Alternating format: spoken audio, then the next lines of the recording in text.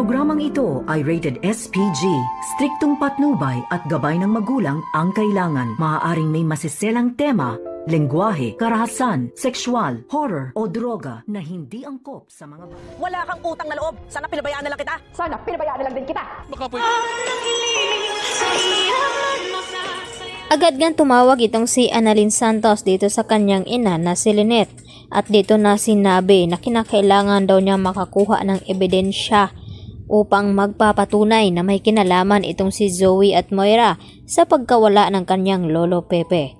At dito naman nag-alala ng husto itong si Lynette kung sakaling may kinalaman nga itong si Zoe ay dapat daw mag-ingat-ingat itong si Annalyn, baka mapahamak daw siya sa kanyang gagawin.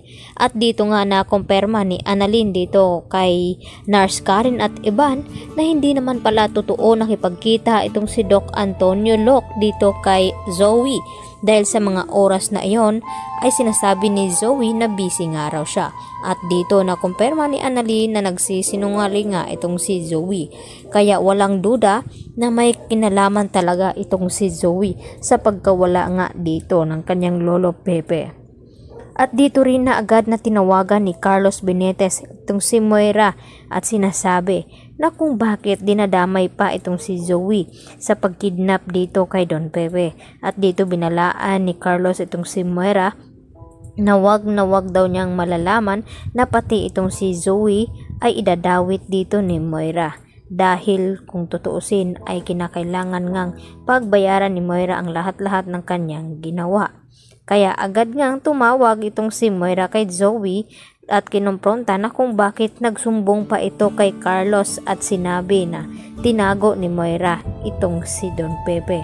At dahil dito, sinabihan ni Moira itong si Zoe na wala daw itong utang na loob at dapat hindi na nga raw niya ito tinutulungan. At gumanti naman itong si Zoe kay Moira na sana rin ay pinabayaan na ni Zoe itong si Moira dahil kriminal nga ito, lalo pa ngayon na malalaman ni Zoe ang ginawa ng kanyang ina na tapos na nga itong si Don Pepe. At tuluyan na nga niya itong pinaligpit. Nang sa ganon ay hindi na makikita nila at malaman na itong si Moira ang may pakana ng lahat. Subalit alam naman natin na si Zoe ay may kinalaman kung nasaan nga itong si Don Pepe at isa lamang ang gagawin dito ni Zoe kundi ang magsalita dito kay RJ at Giselle na kung sino nga ang pumaslang dito kay Don Pepe at walang iba kundi itong si Moira at kinakailangan makipag-cooperate itong si Zoe sa mga pulis nang sa ganon ay makulong na nga ng tuluyan itong kanyang ina. At porsigido namang testigo itong si Zoe kapalit na hindi siya madadamay sa ginagawang gulo o krimen dito ni Moira. At nagmamakaawa nga itong si Don Pepe dito nga kay Balahadya na baka pwede raw siyang makahingi ng tubig dahil uhaw na nga siya dito sa kakahukay ng kanyang paglilibingan.